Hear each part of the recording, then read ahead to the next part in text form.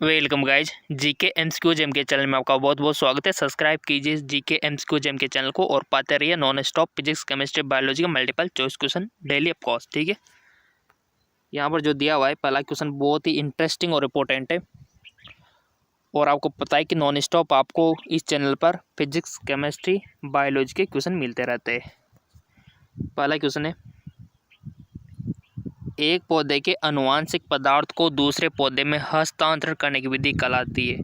The method of transferring genetic material from one plant to another. Hybridisation, genetic modification यानी कि आनुवांशिक रूपांतरण, या फिर सिलेक्शन यानी कि चुनना, या फिर इंट्रोडक्शन परिचय। आनुवांशिक पदार्थों को एक पौधे से दूसरे पौधे में हस्तांतरण करने के मेथड को क्या बोलते हैं गाइज? बहुत ही अच्छा क्वेश्चन है। सो उसको बोलते हैं आनुवांशिक रूपांतरण, जेनेटिक मॉडिफिकेशन। इसका थोड़ा सा ध्यान रखना। अगला क्वेश्चन, प्रकाश संश्लेषण एक प्रक्रिया है जिसमें होता है photosynthesis is a process which involve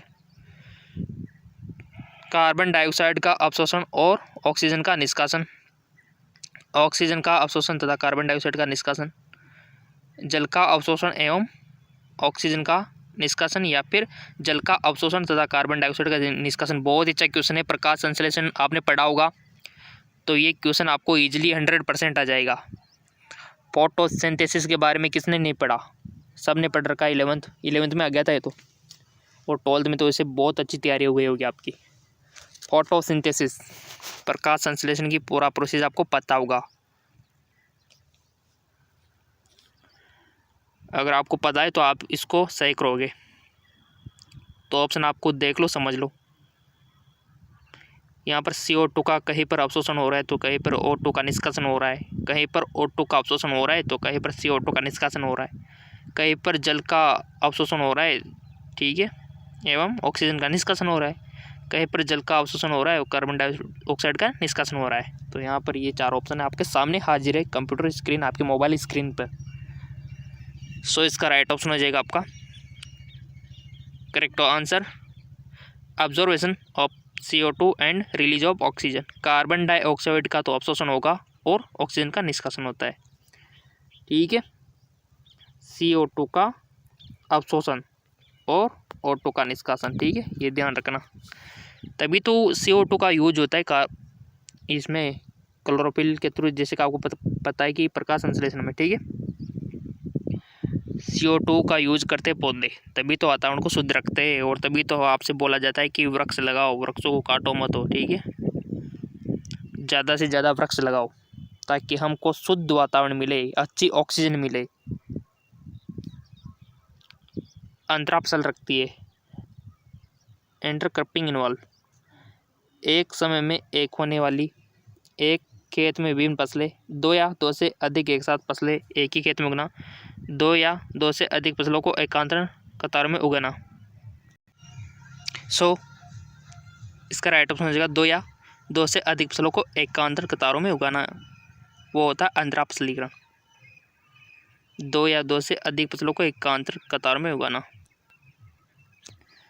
अगला क्वेश्चन है, सागर समुद्र के साथ साथ झील और लवण जिले में मछली पालन का क्षेत्र का कहलाता है।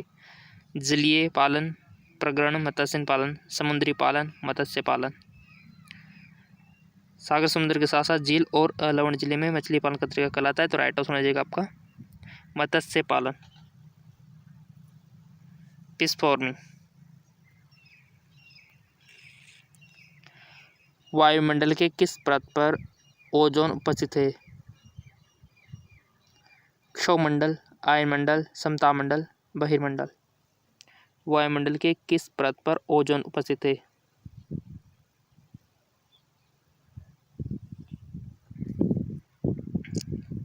बताओगे ना आपको वायुमंडल की परतों के बारे में?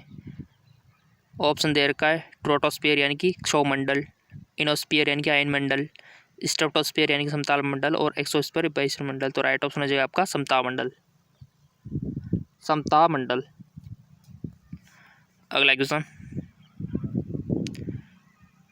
निम्नलिखित गैसों में से कौन सी गैस निःश्वासन लेने पर अधिक जहरीली मानी जाती है? बहुत अच्छा क्वेश्चन है। Which of the flowing gas is consider highly poisoning? CO2, ozone, carbon monoxide, methane. इसका राइट ऑप्शन हो जाएगा आपका carbon monoxide. Carbon monoxide CO haemoglobin से कंबाइन होके बहुत ही ये पॉइजनिंग बनाती है, जो कि हानिकारक है। अगला क्वेश्चन, कंबाइन हो जाती है गाइस ये हीमोग्लोबिन से। निम्नलिखित में से कौन सा जैव निम्नीकरण नहीं है? Option first paper, option second plastic, कपड़ा, वनस्पति पदार्थ। Right option is plastic. Next question, समुद्र तल से क्षोभमंडल तक की ऊंचाई लगभग कितनी है? The height of the troposphere from the sea level approximately आपको बताना है। 0 to 10, 20 to 50, 50 to 60, 10 to 20। Right option is 0 to 10। Next, सूर्य की किरणों के ऊष्मीय प्रभाव का क्या कारण है? The heating effect of the sun rays in due to infrared यानी कि अवरक्त किरणें, पराबैंगनी किरणें, द्रव्य किरणें या फिर सूक्ष्म तरंगें। राइट ऑप्शन अवरक्त किरण यानी कि इंफ्रारेड रेज। नेक्स्ट, अम्लीय वर्षा का कारण है? Acid rain is cause due two sulphur के ऑक्साइड, नाइट्रोजन के ऑक्साइड, कार्बन के ऑक्साइड, उपयुक्त भी।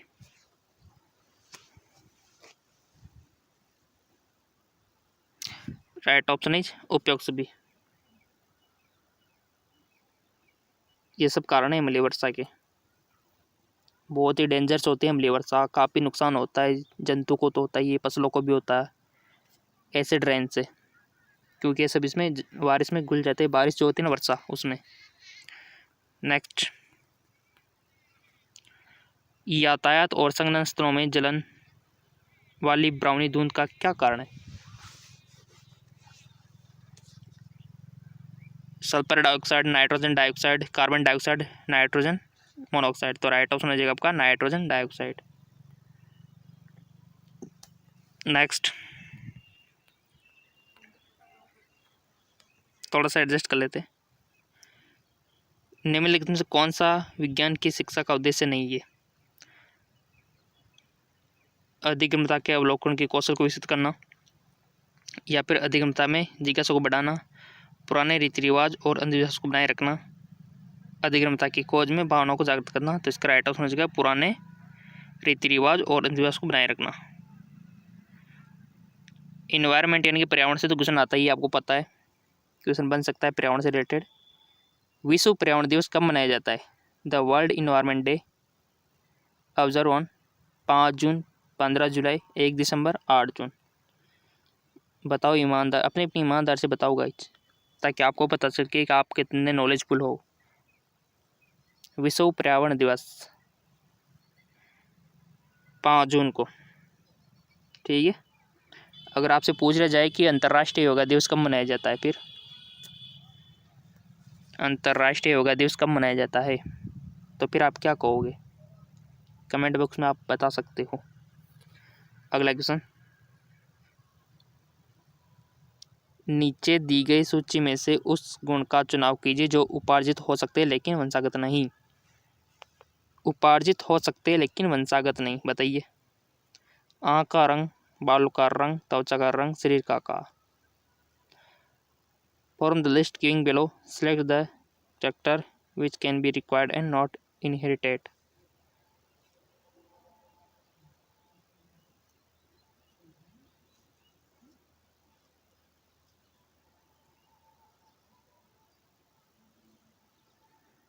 उपार्जित हो सकते हैं लेकिन वंशागत नहीं।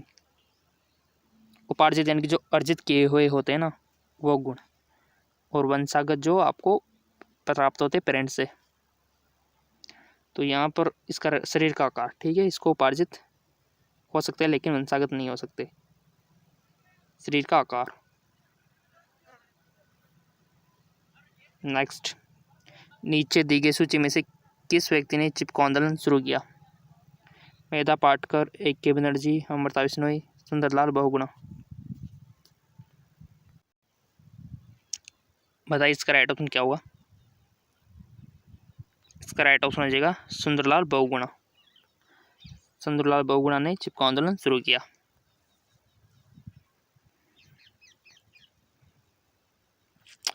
कीट और चमगादड़ के पंख होते हैं एनालॉगस विषम जातीय, होमोलॉगस समजातीय, वेस्टिकल यानी कि अवशेष, या फिर समान भूमि संरचना। राइट ऑप्शन इज विषम जातीय, एनालॉगस। रेशम के कीड़े के जीवन की सही विकास अवस्था बतानी है आपको। अंडा, प्यूपा, सुंडिवेशक, एग, प्यूपा, कैटरपिलर, या फिर अडल्ट। रेशम कीड़े के जीवन का सही विकास अवस्था आपको बतानी है। सो राइट ऑप्शन है आपका अंडा, सुंडा, प्यूपा यानी कि एग, कैटरपिलर, प्यूपा, अडल्ट। ठीक है, करेक्ट ऑप्शन हो जाएगा इसका आपका। हाँ जी हाँ, बिल्कुल। यहाँ पर आप देख सकते हो एग, उसके बाद कैटरपिलर, प्यूपा और अडल्ट। नेक्स्ट, 4 विद्यार्थी, देखो ये 4 विद्यार्थी ABCD मच्छर के जीवन चक्र के सही अवस्था में पोषण की आदत का अवलोकन करते हैं। उनमें अवलोकन की उस अवस्था में जिसमें 2 प्राणी दूसरे का पोषण करते हुए वयस्क, लार्वा, प्यूपा, उनमें से कोई नहीं, तो राइट ऑप्शन होगा वयस्क। अगला क्वेश्चन, एक बीजपत्रीय पौधों की जड़ और पत्तियां होती है रेशेदार जड़ और समांतर शिराविन्यास, रेशेदार जड़ और जालिकारूपी शिराविन्यास, अपस्थानिक जड़ और जालिकारूपी शिराविन्यास, मूसला जड़ और जालिकारूपी शिराविन्यास। तो राइट ऑप्शन हो जाएगा रेशेदार जड़ और समांतर शिराविन्यास। निम्नलिखित दिए गए समूह में कौन सा वैज्ञानिक दृष्टिकोण है? एक ही दृष्टिकोण पर अधिधर्मी और सख्त, निर्णय लेने में अंधविश्वास और पक्षपात, तर्कसंगत और विवेकहीन, खुला। देखो ये जी के टाइप है, इसको आप छोड़ सकते हो। इसका राइट ऑप्शन हो जाएगा खुलापन, पूर्वाग्रहण से और छुटकारा। ठीक है, अगला क्वेश्चन, आकाश में मांसपेशी की स्थायी स्लाइड देखी, कौन सा अपघटक स्लाइड में नहीं होगा? केंद्रक, गहरा बैंड, हल्का बैंड, ध्रुमिका। सो ध्रुमिका नहीं होगा यानी कि डेंड्राइट। और जेके लोंजो को अभी तक फॉलो नहीं किया तो फॉलो कर लीजिए। मोल अवधारणा का परिचय किसने दिया?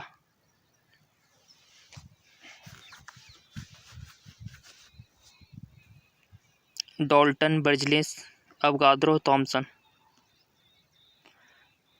अवगाद्रो। ऑक्सीजन का अणुभार है 16, 8, 32, उपयोग में से कोई नहीं। ऑक्सीजन का अणुभार है तो राइट ऑप्शन हो जाएगा आपका 32। 0.5 ग्राम हाइड्रोजन गैस किसके बराबर है? 1 मोल, 0.5 मोल, 2 मोल, 0.25 मोल। 0.25 मोल के बराबर। अगला क्वेश्चन है, नाभिक के चारों ओर इलेक्ट्रॉन का घूमना नियंत्रित होता है। The movement of electron around the nucleus is courted by. Quantum यांत्रिकी, न्यूटन का गति का तीसरा नियम, न्यूटन गति का दूसरा नियम, न्यूटन गति का प्रथम नियम। राइट ऑप्शन है क्वांटम यांत्रिकी। और इंपॉर्टेंट लिंक है नीचे डिस्क्रिप्शन में दे रखे हैं।